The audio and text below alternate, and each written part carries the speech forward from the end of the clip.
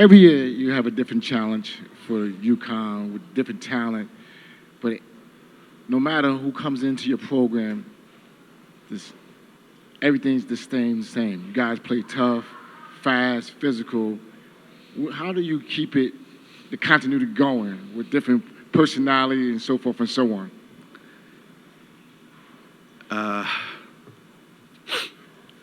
Yeah, I mean it's probably the most the most difficult thing that we have to do as coaches is try to maintain that culture that we have of playing a certain way and getting a certain type of player is where it starts. You know, you have during the recruiting process, you're trying to bring in the kind of players, the kind of kids that really buy into that. They understand it. They believe it. And it's not the same. I mean, it's not not the same this year as it was last year, and it won't be the same next year as it is this year. As kids change, the makeup of the team changes, the chemistry changes, the identity of the team changes. But what I want to be the same is, when people watch us play, they look at it, as you mentioned, and say, these are the constants. If you go watch UConn play, this is what you're going to see. And believe me, it's hard. It's hard, but we don't back away from it. We don't lower it. We don't try to accommodate the players. They have to adjust to us pretty much instead of us adjusting to them. But it's a challenge. Believe me, it's a challenge. Could you all just briefly talk about, having the opportunity to play in an event such as the Jimmy V Classic and what it stands for and things of that nature? Yeah, I don't remember the very first one that we played in, but we've certainly played in a bunch. And I think from a UConn perspective, it's something that we take more pride in because Coach Valvano spent some time coaching at UConn, and so there's always a connection that we feel like we have with him. And then as a coach, you obviously have so much respect for the way he handled an unbelievably difficult situation. Forget the wins and the national championship of that, I don't think anybody remembers what year they won a national championship or could even name the 5 starters maybe. But everybody remembers how he handled what happened to him well after that. And I think as a coach, that's that's a source of he was coaching a lot of people, and I'll always remember that, and I hope we get invited to play in it, every year. We would do it every year if we could. They did a pretty good job of getting their big kids involved early, a lot of offensive rebounds. And just, first of all, how fortunate were you guys to be down 2 to the end of the first? And what did you do to kind of turn the tide and make Nafisha get as involved as she did? Well, that first 5 minutes of the game, whatever it was, I pulled out probably my best 30-second timeout speech that I saved for special occasions. When they came over, I said, look, you guys can just take a deep breath. This game's over. Like, you don't have to worry about anything. They just kicked our asses for 5 minutes, and this is going to keep happening for the next 35 minutes, so don't worry about it. And I thought, really, this was the way it was going to go the whole game, that they were just going to overwhelm us with all that size and athletic ability, and they were tough, and they were active, and it seemed like we were playing 5 against 7. And I told them one time, I said, this is like a college team playing a high school team right now. But once we settled in a little bit and got the ball moving a little bit, people have to step up and make some shots. And once they did, Fisa and Kia especially, I think we got a little bit more comfortable. And defensively, we're constantly making changes and making adjustments and trying to find what works.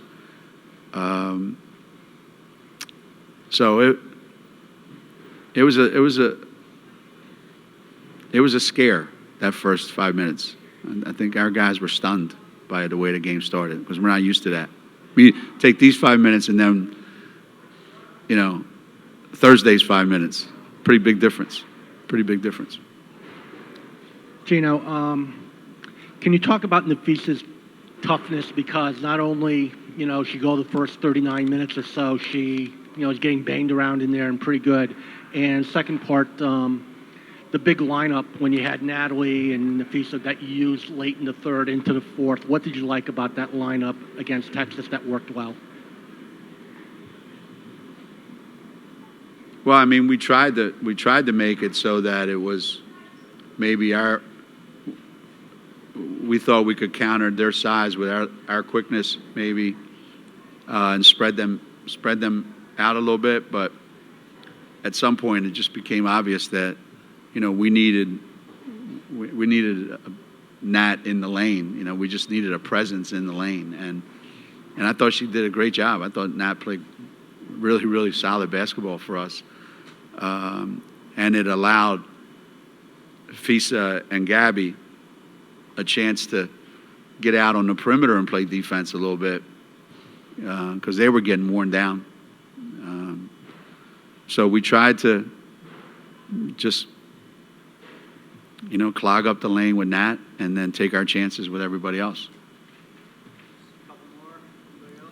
Yeah, Coach, what did you learn about your team? Two parts. What did you learn about your team in these, 3 games this week? And then what did you think about Katie Lou's response to a really tough first 6 minutes? Yeah.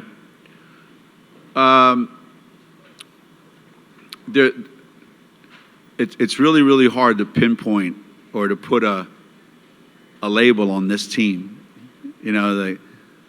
They just seem to do what they need to do. That's what it seems. That's what it appears to me, like right now. We don't appear to be right now the kind of team that just goes in there and imposes their will on the other team, kind of like what we've been doing the last couple of years. We're more of a, all right, what do we got to do today? And let's figure it out, and then let's do it.